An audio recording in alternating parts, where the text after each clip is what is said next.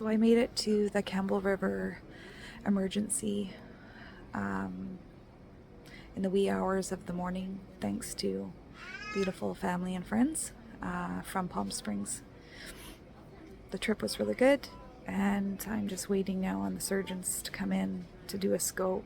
I did have a physical examination, and they couldn't find anything. My CRP was 1, which is super low for inflammation. My iron, I would have thought it would have been lower, but is totally an acceptable range. And I think it's because I'm using the Quick Plus iron. It absorbs through your mouth, and I was like mega dosing on that morning and night. So that was good. And my white blood cell count was normal too, which means it's probably not an infection. So I'm just wondering if it's some kind of injury or, broken blood vessels or a fistula maybe or something. I don't know. It's really weird. So I guess we'll see what we find out. Hopefully I'll get medical attention today.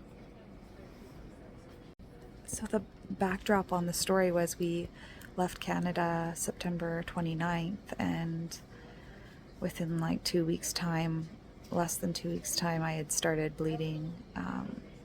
And I'd had like a little bit of like a pinkish brown blood, which like from time to time, which the symptoms added up to divergence colitis, but this was different. This very distinctive dark blood or red, and depending on kind of how long it had pooled before I would let it pass. I did start giving myself my homemade suppositories, and that actually seemed to work at first, but then it kind of started creeping up on me again. And I did end up going to an urgent care at some point and getting mesalamine enemas.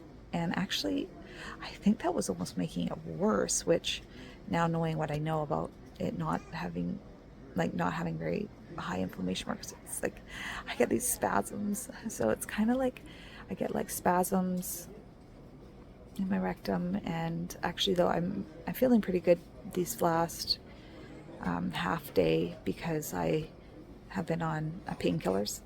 So that made the trip home quite a bit better.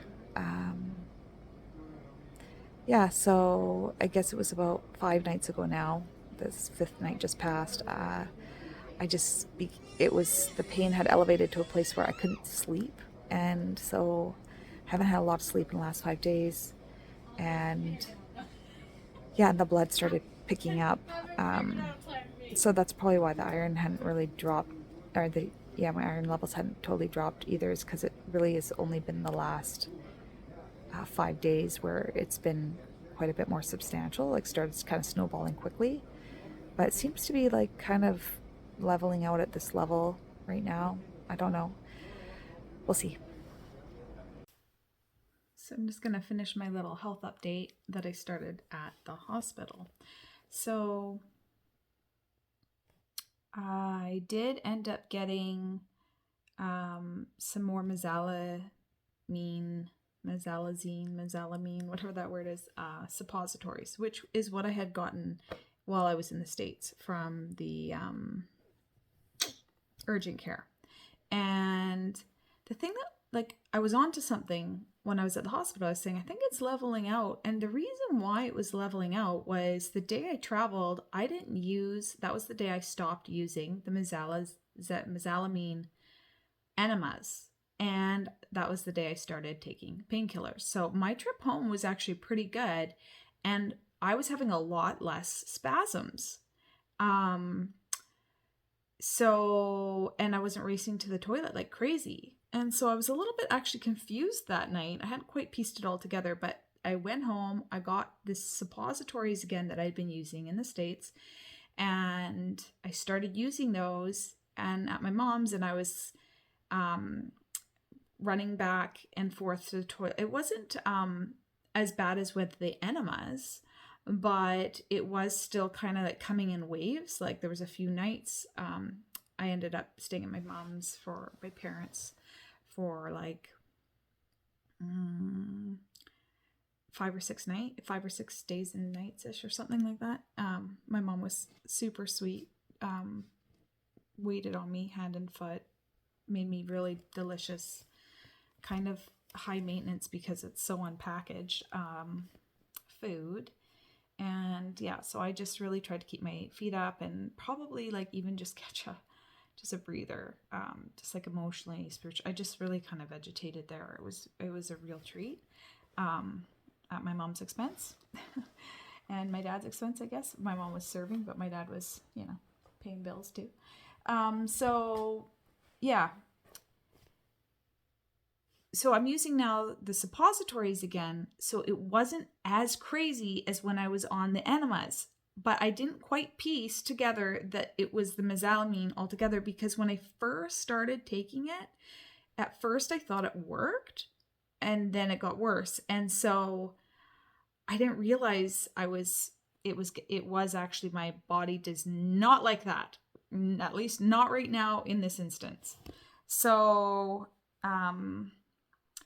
by the time I left my mom's, I had just got a new prescription. It was a runaround, which is a whole story in and of itself if you ever want a BC medical story. But anyways, I did end up getting a budesonide, which is a steroid, an Entocort enema. And so when I got home, I was going to switch my protocol from the suppositories to this enema. I didn't even get a whole dose in, and my rear end was on fire. I exploded. I did not make it to the toilet. There wasn't like poo in there because I'm detached, but it just went everywhere. Yeah, it burned really bad. So I haven't used that again. So I didn't even use a whole dose. And after that, I just put in my homemade suppository because I knew my body liked it. I thought my body liked it because I keep them in the fridge and it was cold. I wasn't realizing that like that was what was counteracting the drugs that were not working. So anyways, I started just using because I burnt my rear. I started using just mine for like a little while because it felt so good. And then right away I noticed I was like leveling out, like big time. And I've been like, since I've been home and after that episode, I feel like before I ever snowballed, which was before I used the mesalamine, or even at the first, the mesalamine, when I used the ones I had a few in stash,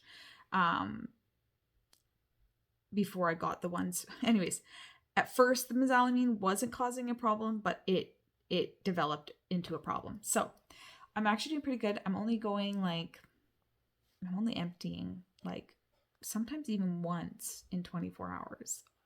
More likely 2 or maybe 3 times, but maybe 2's. And I'm only awake every other night right now, so I can sleep through the night. And it's not even like when I have to go like I'm running or like there's some spasming and like pain kind of when I'm emptying, but it's not actually that bad. Things are actually kind of a little bit better. Now, I also added a second suppository. So the first one I made when I got home is very fresh and good. It's BPC 157, which is peptide therapy, which peptides are like a chain of amino acids. BPC 157, butyrate, which is a short chain fatty acid. It's really good for colon health. Cocoa butter is the base. And in these ones, I also put in some slippery elm and marshmallow root.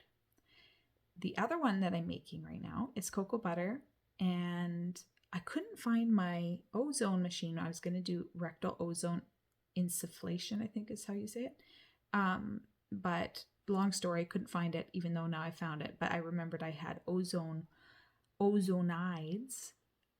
oil. So when you do ozone bubbling through oil, because you can't breathe the ozone, but you can breathe it through oil.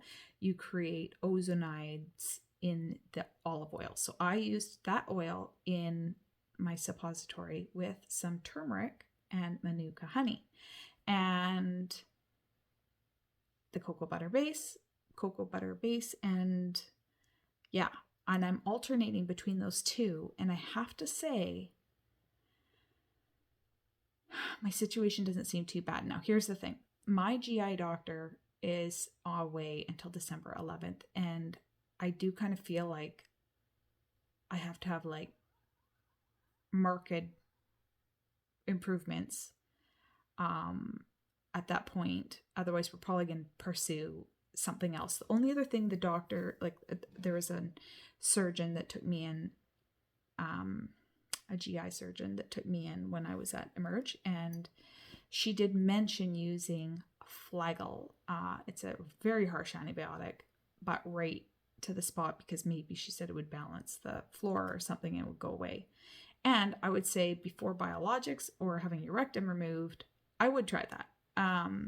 But now I have this like a little bit of hope without using medication, because it's looking better than it was. Just like quickly better. So now I could just keep doing, just rotating between these two, but I'm not sure, like, even though that sounds all very hopeful, it's still substantially bleeding. So I don't feel like I can just like let up on this. I could just ride it out with just using these two things. The rectal insufflation, I don't know, like it does create like an immune response. So I could add that in, but I was thinking, because I already have the ozonides, maybe that's a bit redundant. I don't know if that's worth the risk if I already maybe have a benefit happening there. Now, I did buy 2 peptides while I was in the States, and just so you know, peptides are not cheap. We're getting close to like stem cell stuff here. But I found out that one of the peptides that I bought, now these ones that I bought, they're for injection, and so 100% like absorption or whatever, uptake. And I got the BPC 157, so it's the same one I have in cap form that I put in my suppository. So I'm not thinking to use that one because it's already getting it directly to my rectum.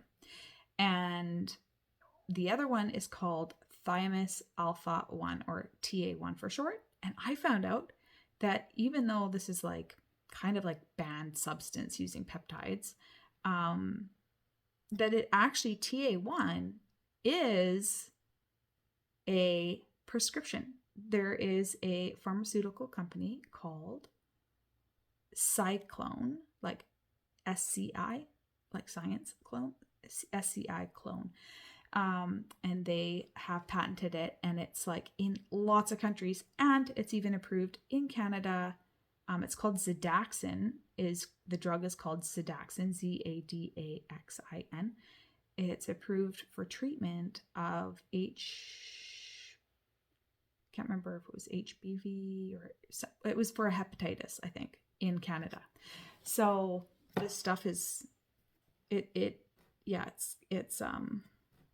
big stuff, and no side effects. Our bodies do create it, but in immune deficient people, that's the thing, is that it actually I think it can't remember the science behind it, but I think it upregulates like certain of your cytokines, I think your T cells upregulates T cells like by like 33% or something, which is what you need to like combat, like, which would stop an inflammatory response. Okay, so it's kind of like it's sort of like the biologics are going for the cytokines too, but they're shutting them off, they're blocking them, they're inhibiting them. This is like upregulating the good ones, sort of. So I think that's accurate information. Anyways, so I am considering using that. So if I use that, maybe I'll record it, because it would be cool to record. Yeah. And on top of that, I would just say there's also like, because that's just, and the biopsy, they did take a biopsy when they did the scope, and the biopsy came back and it said it was proctitis compatible with ulcerative colitis. Now, my diagnosis is Crohn's. So, but it did start with proctitis. And I don't know if that's, I asked the doctor specifically, but he didn't really totally answer me if proctitis is like its own diagnosis, or that means like just like inflammation starting in the rectum. And he seemed to kind of say it was just inflammation starting in the rectum. So I'm not sure that that actually pathologically means anything according to their diagnoses. Then I also asked him if that rules out divergence colitis, and he didn't know. So I don't know if they can know that, or if they can know that, how they know that. And I like to ask those kinds of questions, but I know that sometimes that's like information that they don't really maybe feel that I'm privy to, but I will see what I can find out. So that's kind of, so it is, that's what it is, whatever that means. It doesn't really say much to me. But that's just all the physical side, because there's a whole bunch of like emotional, relational stuff too. Because really this trip was kind of like my husband works from home, and he doesn't love how working a desk job. He's had like his own kind of health things from like pressure points, and yeah, so, but because it is pretty flexible, he's able to kind of like do some coping strategies, like taking quick walks between calls and stuff like this, using the proper desks that and chairs that go up and down and blah blah blah. But this job, because he works remotely, it would allow for him to work from anywhere, and that would be a really big perk, especially for him, because he has like a strong infatuation with living in sunny weather. And I don't know, like, just like benefit of the doubt, trying to be compassionate, like, because a lot of people, like, I do know like autoimmune is like way lower in sunny environments. So it could be like a legitimate health concern too, that, you know, right now it might just seem like an emotional attachment to him, but it could be like a legitimate like health thing. I don't know. Like, I don't know. But so we kind of did this trip, and we never even made it because we reverse engineered the trip to go, so we didn't travel the same route twice. So rather than going down the coast when it was going to be like, we knew we could make it back up the coast when it was colder, so we went inland before it got too cold. And so we ended up, it was really great.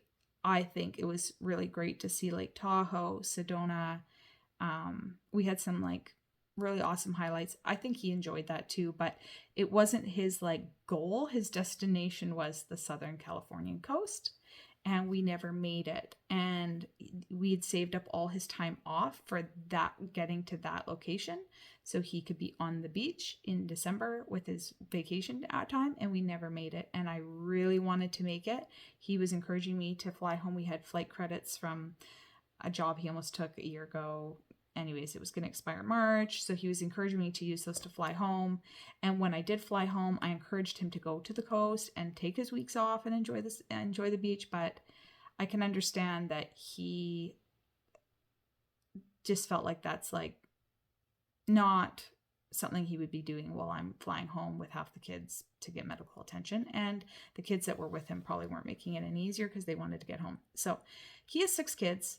He has a wife that's surprised him as a lemon a couple of years ago, who used to be very able and willing to do a lot. And so he is making a lot of adjustments in his life very quickly. And so part of me is like a suck it up, tuck it in like person, but part of me is also just trying to see it through his eyes. And so we're also going through like a bit of a relational like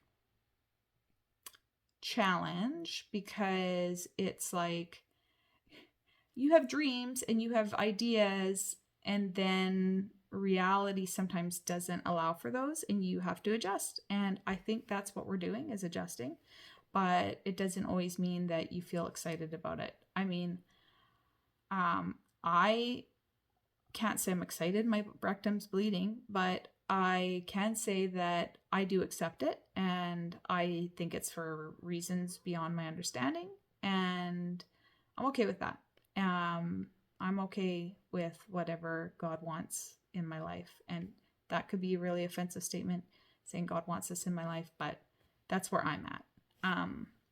So now I'm not saying He doesn't want to remedy it. I'm not saying that, but I don't believe my suffering's in vain. So yeah, so I'm just saying there's kind of like a few things going on. So I know He, like, this wouldn't be a new thing, but selling the camper because He is retiring us as a family of campers. That's something that, He's thinking, because I think he's down with the stress of it. And I actually, like, a part of me wants to be like, what are you talking about? Like, we're all good. We just totally pulled that off. If my rectum hadn't bled, like, we were fine. We were totally coping fine. We were having a great trip. But the other part of me is like, you know what? Well, not the other part of me. My belly just curled. The truth is that I actually think that is where the direction we do need to go. Like, I think we both just know that I do best in my environment, and the kids do best in their environment, and He wouldn't choose this for his environment, but that might be his lot in life. I don't know. So if you guys come up with some brainy remedy, let us know. So yeah, I guess life's full of trials and concessions. So yeah, that's my update. I will post you again.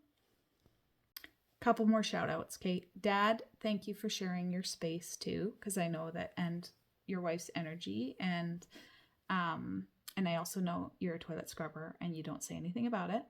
And my good friend that picked us up in the middle of the night, even though she's pregnant with her 10th child, and took 3 of my kids until Ryan got home.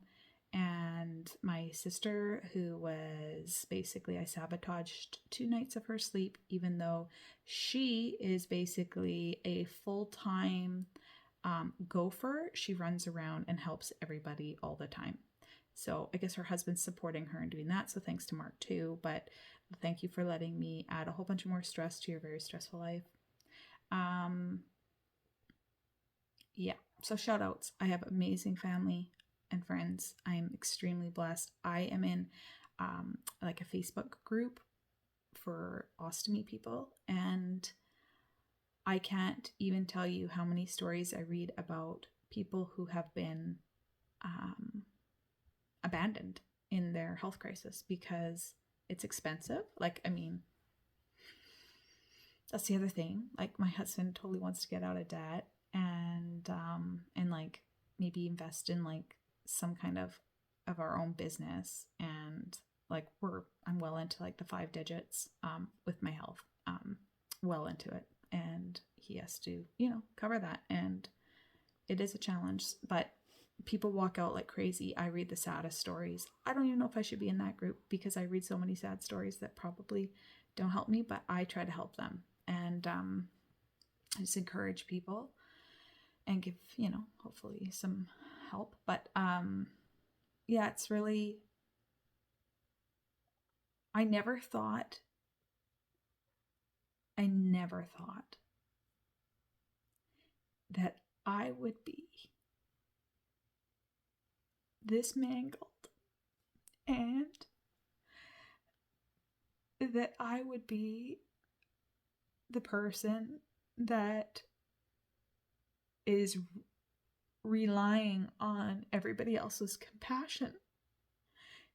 And that is very hard for me, but obviously God knows that's what I need to do.